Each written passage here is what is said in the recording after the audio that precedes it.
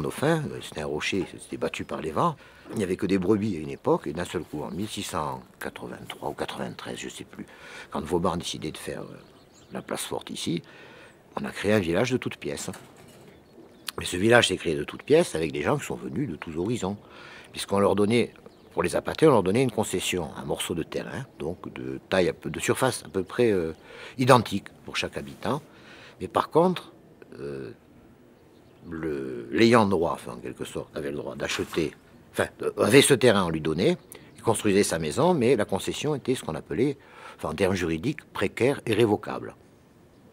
C'est-à-dire que pour des besoins militaires ou autres, on pouvait réquisitionner la maison et la personne se retrouvait ailleurs, quoi.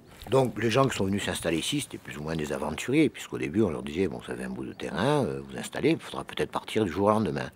Mais on peut quand même faire un parallèle entre la création de Mont-Dauphin, donc entre 1680 et 1700, et l'histoire de la Compagnie des Indes et les colonies françaises qu'on essayait de peupler aussi en attirant les gens, en leur donnant des bandes de terrain, comme à La Réunion, ça s'appelait du battant des lames au sommet des montagnes. Donc ici, c'était pas du battant des lames au sommet des montagnes, c'était un carré sur le plateau, voilà.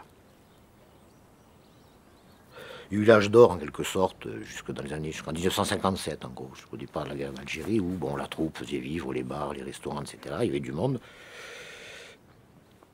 Et puis après, bon, les familles étaient peut-être trop nombreuses, donc les gens étaient obligés de s'expatrier aussi. Donc il y en a qui sont partis, qui au Sénégal, qui sont allés voir ailleurs, quoi.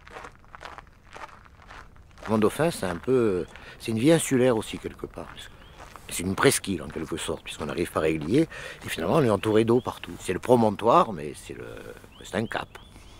C'est plutôt un cap, on va dire. Et bon, c'est un côté insulaire, parce que c'est pas entouré d'eau, c'est entouré d'air et de murs, quoi.